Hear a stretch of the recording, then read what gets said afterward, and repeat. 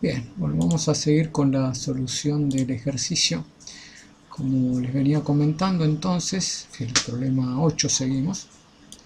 Bueno, vamos a aplicar el principio de superposición y vamos a hacer hincapié, ahora agregué un dibujo más que pueda aclarar un poco las condiciones bajo las cuales se resuelve el problema. Esto es, si miramos un poquitito el último renglón del enunciado. El enunciado del archivo que van a tener no es exactamente el mismo enunciado que figura en la guía de trabajos prácticos, porque hicimos unas ligeras modificaciones, pero básicamente se pide lo mismo. Y vemos que la longitud de cada conductor dijimos que es 2h, y la distancia donde nos interesa calcular el potencial en el plano XY resulta que está en puntos que no distan 2h, son mucho menores la distancia a 2h, ¿no? Se dice que 2h es la longitud y se considera mucho mayor que la distancia a los puntos donde nos interesa calcular el potencial en el plano XY. Quería puntualizar eso, ¿sí? Habíamos dicho que una carga era una varilla filiforme era negativa, en tanto que la otra era positiva. Y esto que acabo de comentar se puede esquematizar en este dibujo. Fíjense, acá tenemos las dos varillas. Y si trazamos una línea, vamos a ver, hacer un poquito más chico esto. Trazamos una suerte de arco de circunferencia con radio 2h. Esto sería la zona de influencia en la cual vale la aproximación que vamos a desarrollar. Esto es, zonas donde vamos a calcular el potencial, pero que están bastante lejos de esta frontera marcada por una longitud que sería la longitud de las varillas filiformes, pero medida sobre el plano X, y esa es la idea un poco, ¿no? Bueno, seguimos con el razonamiento que veníamos aplicando y decíamos entonces que el potencial va a ser la suma de los aportes de los potenciales debido a la varilla filiforme A y la varilla filiforme B. Las expresiones de cálculo están presentadas y escritas en términos de la densidad volumétrica de carga. Bien, si nosotros miramos acá, hay un ejemplo, digamos, un poco burdo, pero que va a poner de manifiesto claramente lo que quise decir antes. Esto es, si esta fuese una varilla, esta fuese la otra varilla, y las flechitas son la distribución de campo, fíjense, prácticamente la distribución de campo es perpendicular a las varillas, salvo en los extremos donde se produce ese fenómeno de distorsión de las líneas de campo. Asimismo, estas líneas verdes, que por ahí no salieron muy bien, que apenas se ven, son perpendiculares a las líneas de campo eléctrico porque son las superficies equipotenciales vistas ahora, ¿sí? Considerando que este es el eje longitudinal de ese sistema de líneas, o de ese sistema de varillas infinitesimales o de líneas infinitesimales. Este sería el eje Z, ¿sí? La simulación la hicimos simplemente con carguitas positivas y negativas de un lado y del otro. La simetría es inversa a la presentación del problema. Nosotros en el problema tenemos las cargas positivas acá y las cargas negativas acá. Bueno, ahora me doy cuenta que eso es así. Y las superficies equipotenciales, fíjense, una superficie equipotencial por estas cargas, ¿sí? Estas son 7 cargas, más o menos son menos 7 nanocoulomb, y estos son 7 nanocoulomb, y los números que genera son estos. Fíjense, esta es una línea equipotencial de menos 4,3 volt. Fíjense cómo pasa y cómo la distribución es típica de un dipolo. Pero bueno, les decía que en la zona de las puntas prestemos atención cómo eso perturba, ¿sí? esta distribución de campo, que parece una distribución de campo de líneas perpendiculares a las dos varillas, por lo menos en este plano.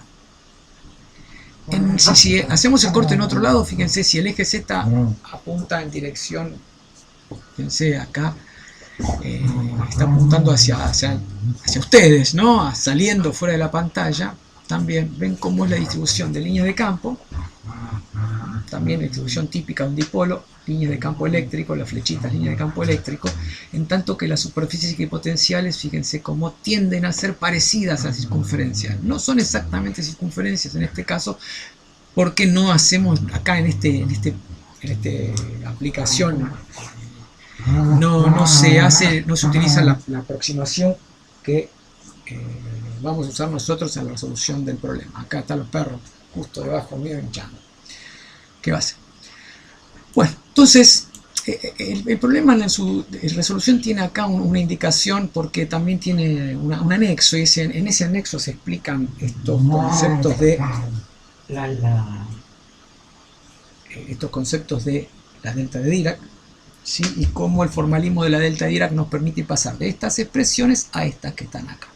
¿Sí? Eso está desarrollado en el anexo que está al final. Entonces, al final del anexo, cuando se desarrolla el anexo, digamos, el resultado final del anexo los conduce a este punto, donde arrancaría de vuelta el problema. Entonces, como les decía antes, las distribuciones volumétricas de carga, ¿sí?, no existen en este problema. Simplemente en este problema hacemos una aproximación con distribuciones lineales de carga, de manera entonces que los potenciales A y B, los potenciales debido a las varillas A y B, se calculan en función de las densidades lineales de carga que están aquí presentes, ¿sí? Y como las líneas estas varillas filiformes son paralelas al eje Z, el diferencial de longitud asociado vamos a llamarlo directamente diferencial Z'. Ahora el problema va a consistir en tratar de ver quién es diferencial Z', bueno, no tanto diferencial Z', sino quién es R y quién es RA' y quién es RB'. Fíjense, el signo negativo del potencial en A, debido a, mejor dicho, y el signo positivo del potencial debido a B, consecuencia de que una línea está cargada negativamente en tanto que la otra está cargada positivamente. La aplicación del principio de superposición genera esta operación. Las dos integrales son muy parecidas. Y ahora vayamos un poco a la cuestión de la geometría. Acá hay varias capturas de pantalla que hice yo tomé algunas imágenes con la cámara del celular y las transporté aquí a efecto de que se entienda un poco mejor qué significan R'A y R'B. Fíjense, R'B es el vector posición desde el origen de coordenadas al punto donde hay un diferencial de carga que aporta al potencial en este punto. Este sería R'B. Este es un vector de posición de punto fuente que está sobre la varilla B que está cargada positivamente, en tanto que el vector R'A es el vector de posición correspondiente a la fuente ubicada sobre la varilla A. Y el punto donde quiero calcular el potencial es este. Fíjense cómo está indicado con el vector posición P. El vector de posición R tiene solamente coordenadas en X y en Y, en tanto que los vectores posición R'A y R'B tendrán coordenadas en Z' y en Y'. No tendrá coordenada en X, no tendrá componente, mejor dicho, en X. Eso se ve claramente acá, entonces, fíjense. Está claro que el diferencial de volumen no lo usamos en este problema, solamente el diferencial Z' es el que se va a sobrevivir, ¿sí? Este diferencial B' es el que se usaría si es que la distribución de carga fuese volumétrica. Entonces, en principio, este elemento no lo vamos a usar así. El vector de posición, como les dije antes, el vector de posición de punto campo tiene coordenadas en X y en Y. Y el vector posición R'a' y Rb', fíjense, Rb' tiene componente en J versor y en K versor. D sobre 2, ¿por qué razón? Porque está sobre el eje Y y sobre, justamente en la coordenada D sobre 2, ¿sí?, que es justamente el punto donde está dispuesta la varilla infinitesimal. Y Z' correspondería a la altura sobre esa varilla. Lo mismo en R', la única diferencia es que la coordenada es menos D sobre 2. ¿Sí? El vector diferencia, entonces, directamente va a ser la resta entre este y este y este y este, ¿no? Como lo marco así con el mouse. El vector diferencia, el módulo del vector diferencia, entonces está dado por, aplicando Pitágoras en el espacio, sería x cuadrado más y más d sobre 2 al cuadrado, más z' cuadrado, en tanto que el otro vector diferencia es este que está acá. La única diferencia, está claro, es que es en la forma en que se hacen las operaciones. Es la resta de este con este, en un caso, como es la resta de este con este signo se transforma en más, por esa razón pasa a escribirse así. Y como la resta de este con este signo que era más sigue conservando su signo menos, de manera tal que queda así. Los versores asociados no es necesario que estén primados porque son versores cartesianos y son todos paralelos. Entonces aquí no tenemos el problema que teníamos en el problema que habíamos desarrollado antes. Bien, ahora si prestamos un poquitito más de atención a este esquema de trabajo y miramos una proyección o veamos un poquitito el mismo esquema de trabajo, pero fíjense, una componente del vector de posición R menos R', A, por ejemplo, un vector que va desde el punto fuente hasta el punto donde yo quiero calcular el potencial, ¿sí? Una proyección sobre el plano XY que sería RA, que en la expresión que nosotros hemos evaluado hasta ahora no es ni más ni menos que este término. Lo mismo que en RB, donde la proyección que hemos determinado nosotros es este otro término. Miremoslo con un poquito más de detalle. Fíjense, aquí se ve RA, que sería la distancia de la varilla A al punto donde quiero calcular el potencial, y RB minúscula, estamos hablando de minúscula, donde es la distancia desde la varilla B a donde yo quiero calcular el potencial. Fíjense las coordenadas. Sobre X tendremos una coordenada X que no está marcada ahí, pero que en otra figura sí está. En tanto que la coordenada Y del punto donde yo quiero calcular el potencial, fíjense que está separada D sobre 2 menos I de la varilla B, que es esta que está marcada así con un color negro y rayada con un color negro o gris. D sobre 2 menos I. En tanto que la otra distancia es D sobre 2 más I, que sería la que está marcada en rojo. Si yo lo miro otra vez con un poquito más de detalle, pero tomando una vista desde arriba, fíjense, acá está la varilla A, acá está la varilla B, acá está el punto donde yo quiero calcular el potencial, y fíjense esas distancias. Y como RA termina siendo la hipotenusa de un triángulo rectángulo que yo estoy marcando acá con el mouse, y RB es la hipotenusa de otro triángulo rectángulo. Eso se ve claramente en estas expresiones. Fíjense, como RA y RB son x cuadrado, fíjense, x cuadrado que es esta coordenada. Vamos a ver el caso de RA, x cuadrado, que es esta coordenada, que sería esta altura, o este cateto, y el otro cateto es, fíjense, D más I sobre 2. Y la posición, o esa hipotenusa, la longitud de esa hipotenusa va a cambiar si cambiamos de posición, si le cambiamos la posición al punto P. Por eso decimos que es una posición o es una función de X y de Y, RA, en tanto que RB es una función de X y de Y. Z' cuadrado es el Z' correspondiente al vector de posición que apuntaba al punto fuente, que daba origen a todo esto, que en este caso sería este punto fuente, ¿no? Y en este caso para RB ese otro mismo punto fuente. De forma tal que los vectores entonces, en los módulos de vectores R menos R' A y R menos R' B, pueden llegar a escribirse de una forma un poco más compacta, siendo este el R minúscula A cuadrado y esto es el R minúscula B cuadrado. Y es lo que tenemos acá. Su representación entonces la vemos aquí. Bien, sigamos. Ahora vamos a, sabiendo que esto es así y apreciando que entonces el vector diferencia R menos R' A y R menos R' B, el módulo, podemos calcularlo de esta manera. Acá, por una cuestión de compactar la notación, quité en la simbología la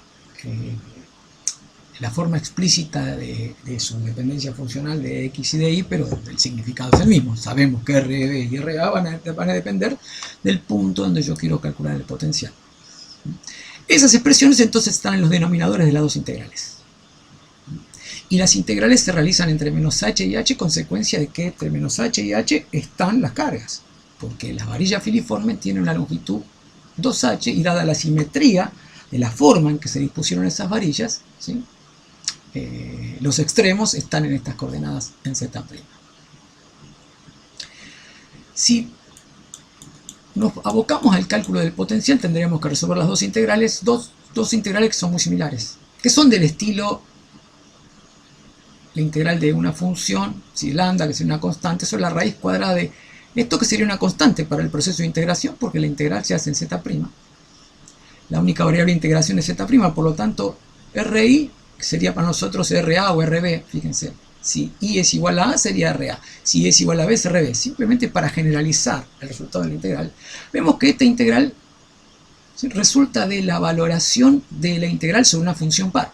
Si yo graficara esta función lambda sobre la raíz cuadrada de esto, que sería una constante, más Z' cuadrado, daría una cosa así.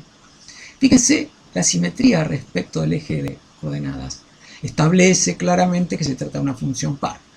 Como la integral es el área bajo la curva, queda claro que al ser par es lo mismo esta integral, calcular esta integral entre límites simétricos, ¿sí? Es lo mismo que calcularla desde el origen hasta uno de los límites y multiplicarla por 2. Esto facilita el proceso de cálculo, ¿no? Entonces fíjense cómo las dos integrales se ajustan al mismo procedimiento de cálculo. El 2 común a las dos integrales sale fuera, sale factor común, por lo tanto se simplifica con el 4 quedando este 2 aquí presente. La aplicación entonces de o tomar de una tabla de integrales o mediante el procedimiento que consideran más conveniente, pueden calcular la integral y obtener este resultado, ¿sí? Por ejemplo, una tabla de integrales.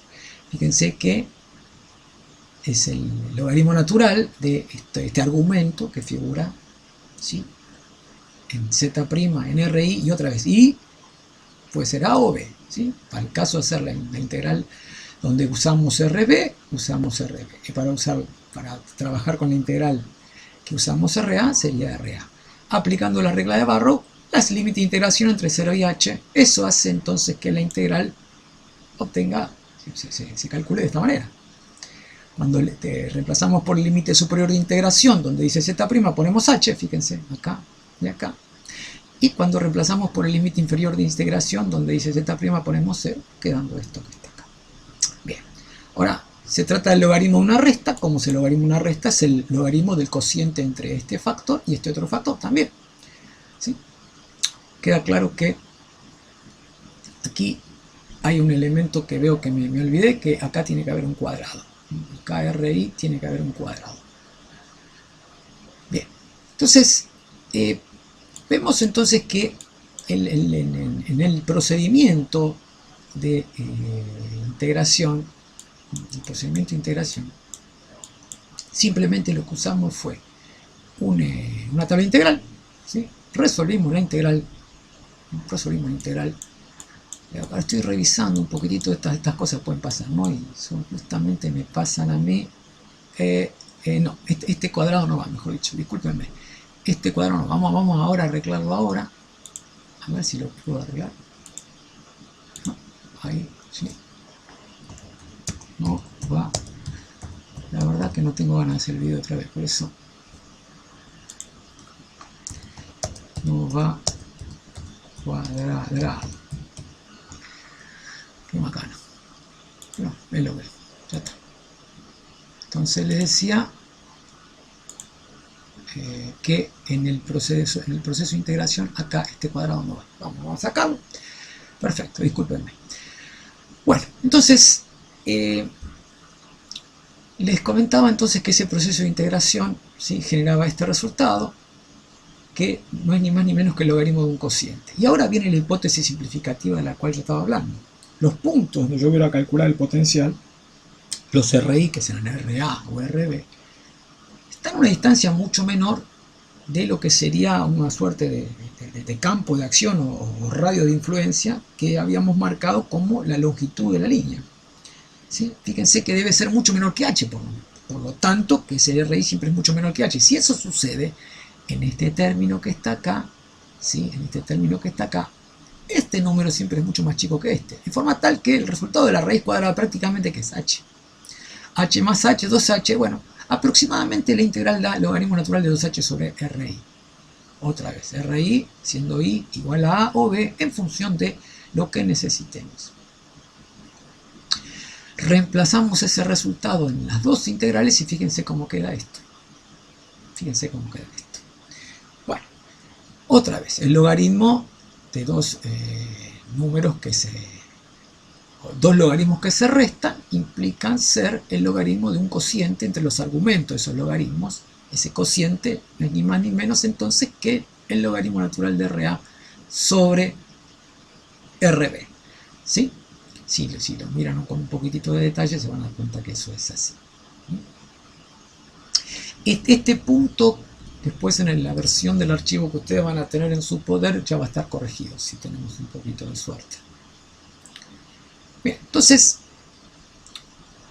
el potencial, ¿sí?, en puntos intermedios va a estar dado por la densidad lineal de carga y este factor 2pi sobre epsilon sub 0 en el denominador, y este logaritmo natural de esa relación de distancias desde la posición sobre el plano XY, de donde está una de las varillas infinitesimales, y la posición en la cual está la otra varilla infinitesimal. Mirándolo un poquitito, sería esta la varilla A, esta la varilla B, y un potencial visto por acá, más o menos, ¿sí? Acá hay otros símbolos que tienen que ver con justamente el segundo paso en la resolución de nuestro problema, que es tratar de ver cómo son las superficies equipotenciales. Pero vamos despacio en esto, vamos despacio. Entonces, el resultado se obtuvo a partir de las cargas, ¿sí? Por eso terminamos integrando las cargas sobre la expresión de la integral de Poisson, y eso nos conduce a este resultado final aproximado, diría, sería mejor un signo aproximado, ahí el asunto caminaría mejor. Si escribimos RA y RB en el sistema de coordenadas cartesianas, tendríamos el resultado en el sistema de coordenadas cartesianas también. Aquí es como que el resultado está escrito en un sistema de coordenadas compuesto por cilindros que están centrados en las dos varillas. Pero bueno, eso sería un poco más complicado, pero bueno, de explicar, pero sí también podría verse de esa manera analíticamente. Acá está la varilla, o la varilla infinitesimal B, acá está la varilla infinitesimal A, cargada negativamente la A, cargada positivamente la B. Acá lo vemos otra vez, fíjense, una varilla cargada negativamente, otra varilla cargada positivamente. Los números son solamente indicativos. Estos son una varilla con un nanocoulomb y acá con menos un nanocoulomb. Fíjense la distribución de líneas de campo. Acá tracé algunas superficies equipotenciales. Fíjense cómo las líneas de campo son perpendiculares a las líneas equipotenciales, ¿sí? Y esta distancia, fíjense, RAI sería la distancia que existe desde la línea de la varilla filiforme A hasta el punto donde quiero calcular el potencial. En este caso es sobre un punto correspondiente a una equipotencial de 2,4 volt. Y este es RAB sub I, sería otra vez la distancia que existe desde la varilla infinitesimal B hasta el punto en donde yo quiero calcular el potencial. Si establezco la relación entre RAI y RBI y aplico esta expresión, evidentemente si acá coloco RAI y RBI de la gráfica, y si el lambda se corresponde con los datos que yo muestro en ese problema, este número debería ser 2,4 volt, ¿no? Creo que sí, 2,4 volt, sí, efectivamente, 2,4 volt. Aquí ven cómo son las líneas de campo, cómo son perpendiculares a la distribución, a las superficies equipotenciales, y cómo a medida que estoy trabajando con potenciales más altos, en este caso, fíjense, las circunferencias se parecen más a circunferencias y no se deforman tanto. Eso es un poco por lo que les decía antes. Si la influencia del extremo superior de la varilla, que acá no está presente, ¿sí?, tiende a deformar estas líneas equipotenciales. Nosotros vamos a trabajar sobre puntos más bien cercanos, ¿sí?, y van a ver que haciendo esta hipótesis vamos a llegar a las hipótesis que hicimos antes, ¿sí?, hipótesis fuerte, que fíjense que otra vez vuelvo para atrás. Esa hipótesis se ve acá, aplicada directamente en la resolución de la integral. Eso hace que el resultado sea un resultado aproximado.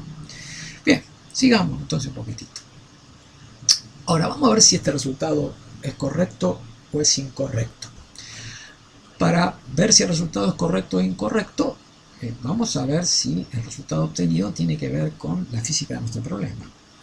Si yo tengo cargas dispuestas, cargadas de forma balanceada, acá una cantidad de carga negativa y acá una cantidad de carga positiva, y los dos valores iguales, implica que estas varillas estarán a potenciales muy grandes. Esto es infinito positivo, esto es infinito negativo, sencillamente porque las varillas son filiformes. Si no fuesen filiformes tendrían un potencial finito. Pero veamos lo siguiente. Si me dispongo sobre los puntos centrales, acá fíjense que tenemos una varilla y la otra varilla, y supongamos que nos disponemos justo sobre una línea equidistante a las dos varillas, si sucede eso, ustedes verán que RA y RB, cuando trabajamos sobre puntos equidistantes a las dos varillas, son iguales. Si RA y RB son iguales, terminamos calculando el logaritmo natural de 1, que es 0. Por lo tanto, esa forma balanceada de excitar el sistema implica que tenemos una tierra virtual en el plano, ¿sí?, que separa las dos varillas infinitesimales. Es un plano mediatriz, digamos, ¿no? Ese plano es un plano de tierra virtual porque el potencial es 0. Ahora, ¿qué sucede con el resto de con otros valores? Bueno, veamos. Las superficies equipotenciales que nosotros vimos, si yo quiero saber en qué punto del espacio se ajustan a una superficie equipotencial, digo, bueno, ¿qué superficie equipotencial quiero? Supongamos que quiera la de 2,4 volt, que esta vez supise a la de 2,4 volt. Tengo que despejarla de esta expresión. Entonces, RAI sobre RBI, despejando esta expresión logarítmica, ¿no?, la inversa de la exponencial, todos los puntos del espacio de RAI y RBI sean iguales a este factor, para B sub I igual 2,4 volt, son los puntos que describen la superficie equipotencial de 2,4 volt. ¿Se entiende, no? Fíjense que no tienen que ser iguales RAI y RBI. Lo que sucede es que el cociente, su cociente, siempre tiene que ajustarse a esta expresión. Si lo miramos un poquitito en el esquema que vimos antes, el cociente entre RAI y RBI tiene que ser tal que genere este factor. ¿Se entiende eso? ¿Sí? Si me ubico en otro punto del espacio, sucederá por acá. Por ejemplo, el cociente entre RAI y RBI también tiene que ser tal que se ajuste al mismo valor. Bien. De alguna forma, esta expresión, entonces, lo que pone de manifiesto es la manera de hallar las superficies equipotenciales, o mejor dicho, las trazas que las superficies equipotenciales forman con el plano XY. Sería la forma más adecuada de referirnos al problema. Las trazas serían. Bien. Ahora, esa relación RAI y RBI, vamos a ver si esto que dijimos, vamos a verificarlo de una manera. Si estoy trabajando sobre puntos, supongamos sobre puntos que están más cerca de la carga positiva, o de la varilla filiforme positiva, RB es más chico que RA. Como pasa acá, fíjense. RB es más chico que RA, por lo tanto el cociente de RA sobre RB, ¿cómo es? Mayor que 1. Cuando calculo el logaritmo es un número positivo, el potencial es un potencial positivo. Entonces, todas las superficies equipotenciales que estén desde el plano ZX hacia la derecha, son todas superficies equipotenciales correspondientes a potenciales positivos, lo cual hemos visto acá. Fíjense, todos estos números son todos positivos. En tanto que los que están del otro lado son negativos. ¿Por qué razón? Porque pasa exactamente lo contrario.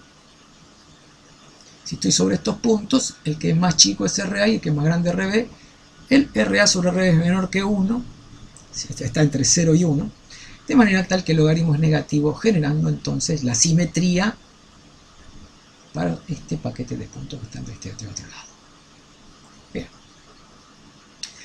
Entonces, estas ecuaciones, esto simplemente es escribir lo que acabo de comentar de una forma un poco rápida, ¿sí?, donde se ve que existe congruencia, coherencia en el resultado matemático obtenido.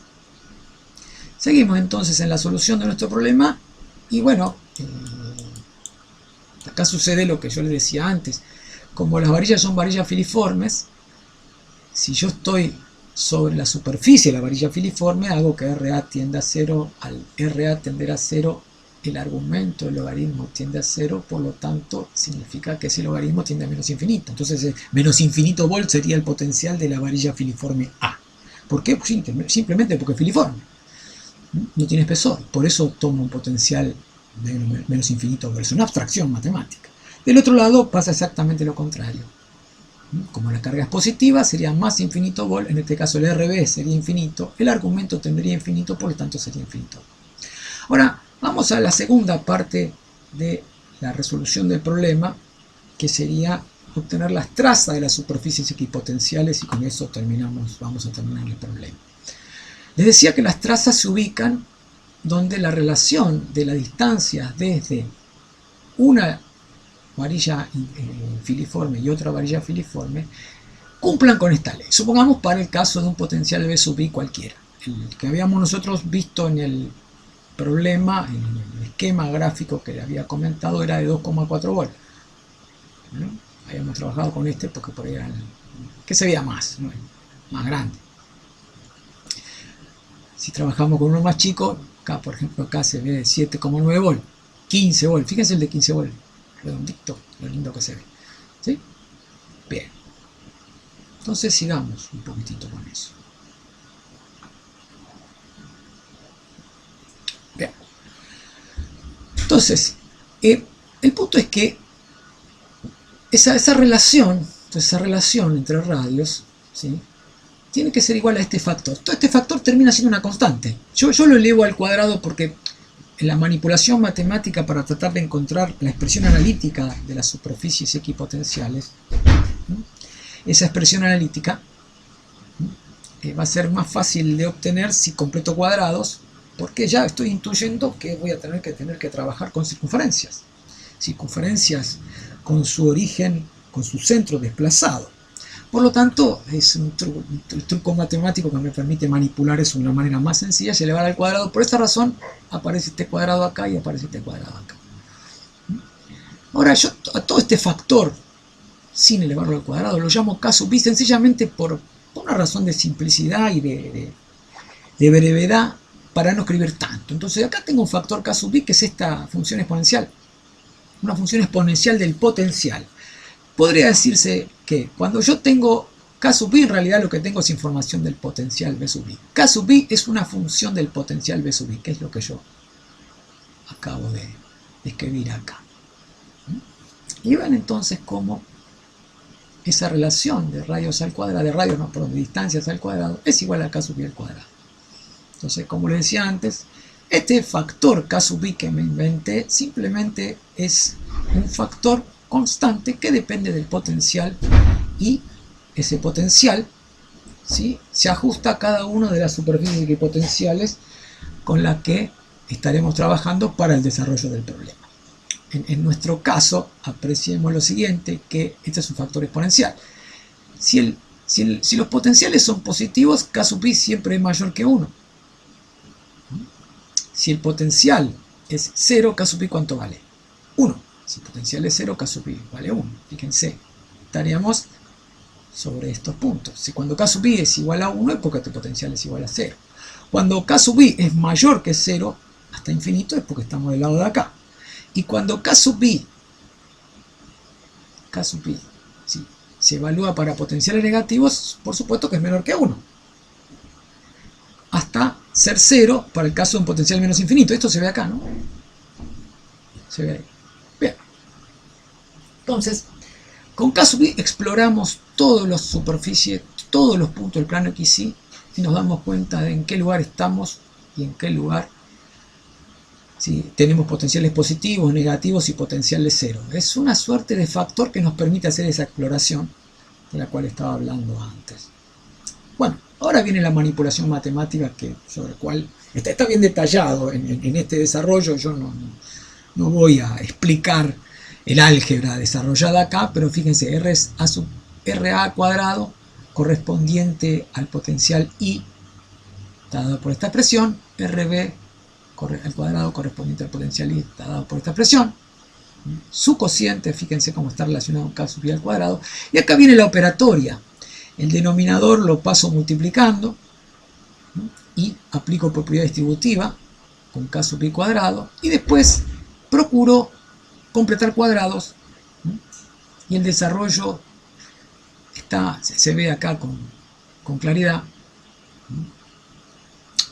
Fíjense cómo paso este otro término pasa a la izquierda, por lo tanto igualándose todo a 0, de manera tal que el x cuadrado termina multiplicando a un elemento. El x cuadrado es el elemento común de 1 menos k sub i cuadrado, ¿sí?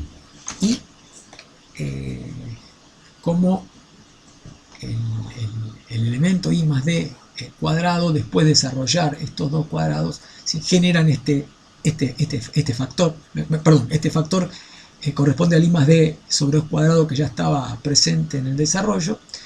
Esto pasó del otro lado restando, que es lo que tenemos acá. Fíjense que está bastante desarrollado paso a paso, ¿sí? Otra vez conservamos el x cuadrado como estaba, con su factor asociado, en tanto que estos dos términos los desarrollamos como binomios cuadrados.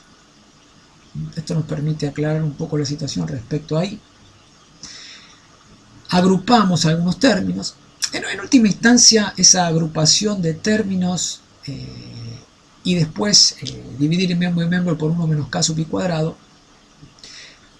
todo un proceso de completar cuadrados, como les decía antes.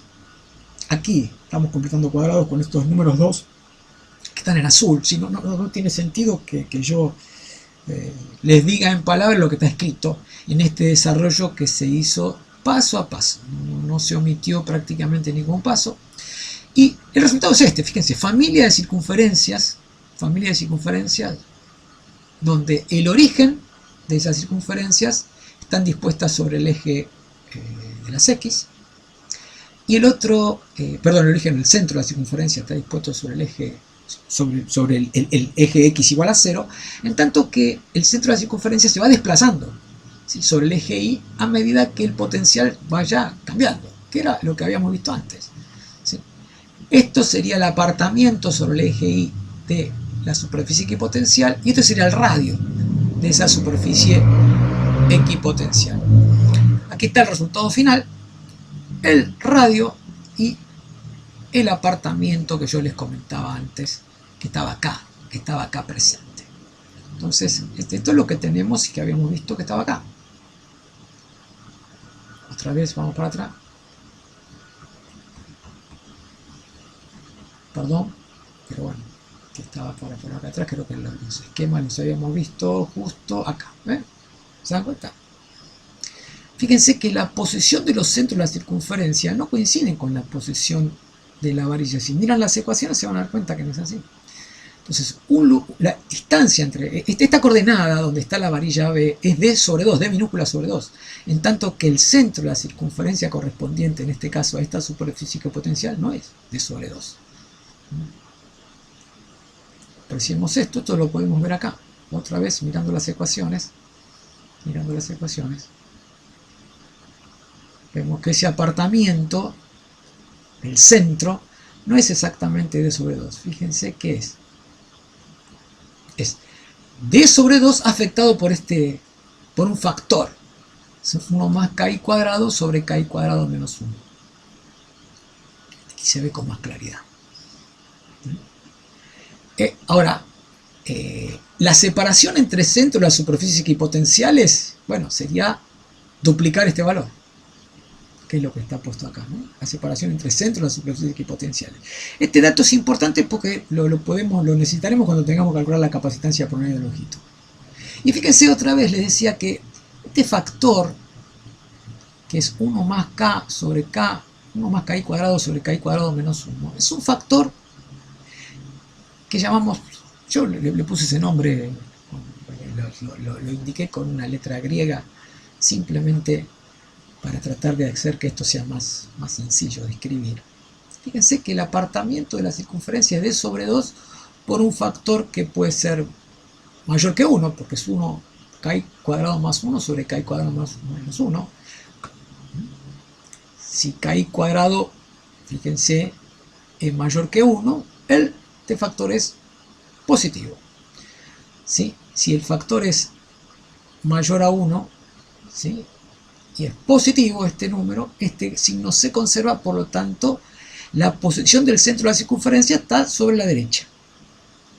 Ahora, si estamos en el caso en que k sub i cuadrado es menor que 1, sencillamente porque estamos con los potenciales negativos, en este factor esto es menor que 1, por lo tanto esto cambia de signo. Al cambiar de signo hace que este signo cambie. Entonces estaremos con la circunferencia con el centro ubicado en el lado izquierdo. Circunferencias en i menor que 0, circunferencias en i mayor que 0. Aprecien ese detalle. Asimismo, si vemos, supongamos una circunferencia cualquiera, la posición donde está la varilla filiforme y la posición donde está el centro del radio asociado a una superficie equipotencial. Si quiero calcular esta distancia, acá está marcada como A, pero en realidad es delta. ¿A qué es igual? A la distancia desde acá hasta el centro, que sería dada por esta expresión, menos esta distancia de sobre 2. Fíjense, si yo opero un poco, hago esa resta, opero directamente, el factor delta, fíjense cuánto da. Esto significa que cuando el potencial sea más elevado, K sub B, ¿sí?, es cada vez más grande y mucho mayor que 1, haciendo que delta sea cada vez más chiquitito. Por lo tanto, cuando estoy trabajando con potenciales más altos, positivos, por ejemplo, este punto se parece mucho a este punto. O sea, esta distancia entre el centro de la circunferencia asociada a la superficie equipotencial y la posición donde colocamos la varilla, fíjense, esa distancia es, digamos, se hace cada vez más chiquita a medida que el potencial sea mayor. Y fíjense que el radio también, a medida que el K sub B es más grande, se hace cada vez más, pero más chiquitito. Del lado negativo pasa exactamente lo mismo. Si el lado negativo pasa exactamente lo mismo, si se ponen a analizarlo un poquitito, lo dejo para que lo vean un poquitito ustedes, sí, pasa exactamente lo mismo. Entonces, es absolutamente simétrico el problema, absolutamente simétrico. Bien. Acá está el anexo que yo les decía, pero el anexo no lo voy a desarrollar, simplemente nos quedamos con la idea. Entonces, ¿qué? Volvemos al esquema de trabajo con el cual estuvimos trabajando hace un ratito. Y era este esquema en el cual, acá está, fíjense, la simetría en las potenciales. También se los dejo para que lo vean ustedes, pero el potencial correspondiente a 0 se va a corresponder con una circunferencia cuyo radio de curvatura es infinito y cuyo centro está ubicado en el infinito, tanto tendiendo a 0 por izquierda como por derecha. Van a ver que el resultado es exactamente el mismo. Bueno, este sería el desarrollo del problema del cual estuvimos hablando, y sería la primera parte de la solución del problema. El anexo no lo vamos a desarrollar en el video, dado que se trata del desarrollo con la delta de Dirac, y simplemente está puesto y agregado para aquellos alumnos que tengan alguna curiosidad especial, ¿sí?, sobre el tema. Y bueno, si tienen alguna duda, lo pueden ir planteando. Así que bueno, este sería el final de del problema que digamos, desarrollamos como problema número 8 de la guía de trabajos prácticos. Así que bueno, nos vemos.